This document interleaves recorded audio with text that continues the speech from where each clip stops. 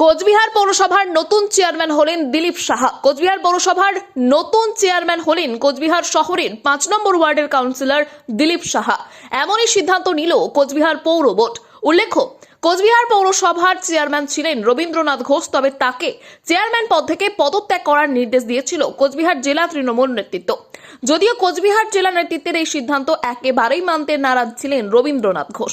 পরবর্তীতে অভিষেক বন্দ্যোপাধ্যায় কোচবিহারে আসার আগে কোচবিহার পৌরসভার চেয়ারম্যান পদ থেকে পদত্যাগ করেন রবীন্দ্রনাথ ঘোষ এবং দেখা যায় কোচবিহার পৌরসভার পৌর বোর্ডের সিদ্ধান্তে কোচবিহার পৌরসভার অন্তর্বর্তী চেয়ারম্যান হন কোচবিহার পৌরসভার উপপৌরমাতা আমিনা আহমেদ।